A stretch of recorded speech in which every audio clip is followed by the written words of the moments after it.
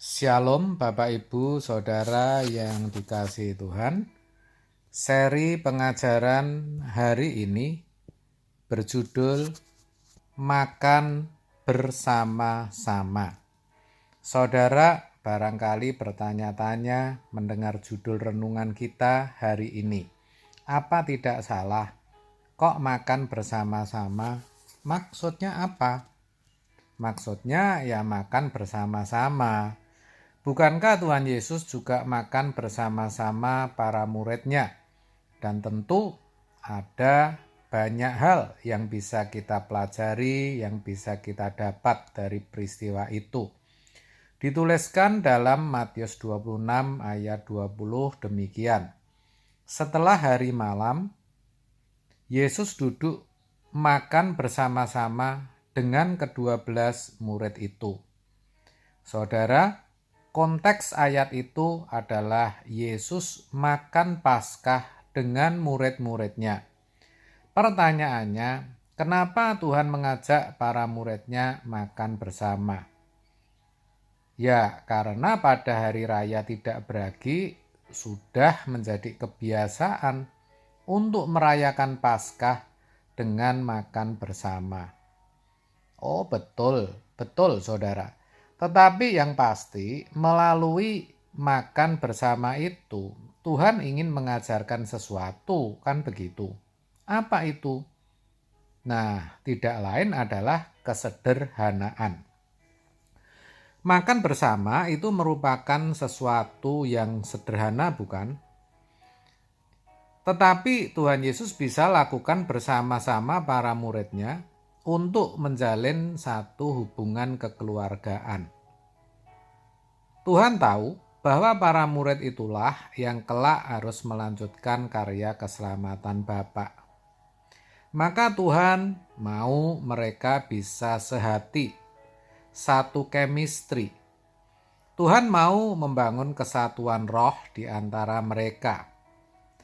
Tetapi tidak hanya itu, melalui makan bersama, Tuhan juga bisa sampaikan pesan-pesan penting yang harus diketahui para muridnya. Itulah sebabnya ia berkata, "Aku berkata kepadamu, sesungguhnya seorang di antara kamu akan menyerahkan aku." Matius 26 ayat 21. Tuhan Yesus berkata itu ketika mereka sedang makan bersama. Saudara, selain itu Tuhan juga membuka rahasia yang selama itu masih menjadi teka-teki bagi para muridnya. Tuhan berkata demikian, "Sesungguhnya seorang di antara kamu akan menyerahkan aku." Dan dengan hati yang sangat sedih berkatalah mereka seorang demi seorang kepadanya, "Bukan aku, ya Tuhan."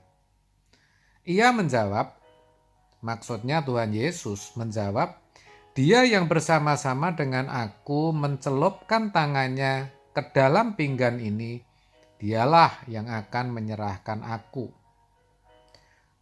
Yudas yang hendak menyerahkan dia itu menjawab, katanya, "Bukan aku, ya Rabi."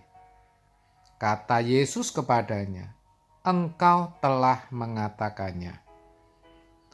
Ya saudara, jadi intinya yang saya mau sampaikan bahwa melalui makan bersama atau makan bersama memang sesuatu yang sederhana. Semua tentu bisa melakukan, saudara bisa, saya juga bisa. Tetapi makan bersama bisa menjadi momen yang sangat bermanfaat dan berharga. Saya percaya sekarang pun sama, saudara.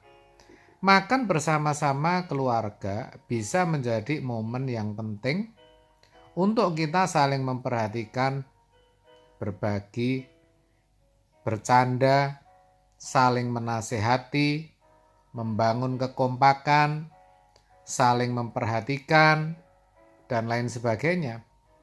Yang pasti banyak hal bisa dilakukan di meja makan. Sayang sekali kebiasaan sederhana yang bagus ini sudah banyak ditinggalkan. Saudara, di zaman yang serba cepat dan sibuk seperti sekarang ini, membuat pudar banyak kebiasaan-kebiasaan yang dahulu menyenangkan dan memberikan dampak positif bagi seseorang, di mana sekarang secara perlahan telah diganti bahkan ditinggalkan. Itu faktanya. Kenapa? Banyak faktor, saudara. Ada yang alasan karena ribet. Ada yang gak bisa masak, sibuk bekerja, dan banyak alasan lainnya. Apalagi saat ini masing-masing anggota keluarga bisa memesan sendiri makanan melalui aplikasi makanan tanpa ribet. Lagi pula bisa memesan sesuai mood atau selera makan masing-masing. Kesadaran kebersamaan dengan makan bersama mulai berkurang. Bahkan ketika berkumpul pun, misalnya di ruang tamu, biasanya dalam satu keluarga tidak banyak bicara antara satu dengan yang lain. Ya memang ini tidak semua keluarga, tapi kebanyakan begitu. Sibuk sendiri-sendiri dengan HP-nya, saudara. Sehingga kegiatan makan bersama keluarga pun menjadi jarang dilakukan. Padahal kesederhanaan dalam keluarga bisa dimulai dari makan bersama. Tidak perlu dipusingkan, dimasalahkan makanannya apa. Yang terpenting kebersamaan dengan orang tua dan saudara-saudara serumah. Seperti apa? Maksud saya seperti ada pepatah keluarga zaman dahulu yang berkata, makan tidak makan, yang penting kumpul. Saudara, bukan berarti saya sepenuhnya setuju, tetapi yang mau saya katakan, praktek hidup dalam kesederhanaan itu harus dimulai dari dalam rumah atau keluarga terlebih dahulu. Keluarga harus menjadi orang-orang pertama yang merasakan kehadiran, kepedulian, serta rasa kasih sayang kita. Makan bersama keluarga bukan sekedar makan bersama. Sebab selain sebagai sarana berkumpul bersama, ada banyak manfaat dari kegiatan makan bersama.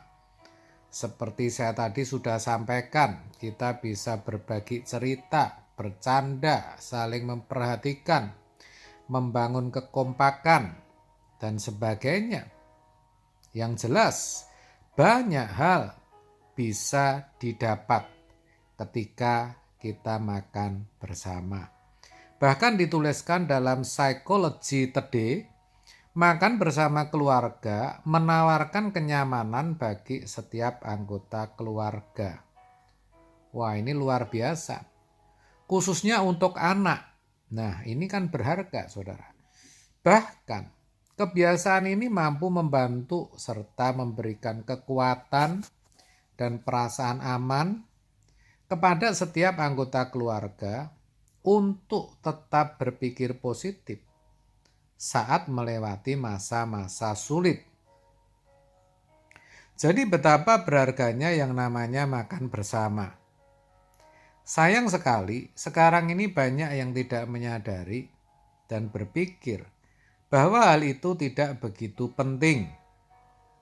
Sebab itu, saudara, saya mengajak agar kita semua bisa menyediakan waktu untuk makan bersama dengan keluarga. Dan waktu terbaik adalah saat makan malam. Ya, karena semua aktivitas sudah selesai, sehingga waktu benar-benar longgar. Tetapi ingat ya saudara, ketika saudara lakukan itu, juga jangan sambil pegang dan main HP. Ntar sama saja. Kalau perlu, HP off dulu. Usahakan agar kebiasaan baik ini ada dan dapat dirasakan terlebih dahulu oleh keluarga.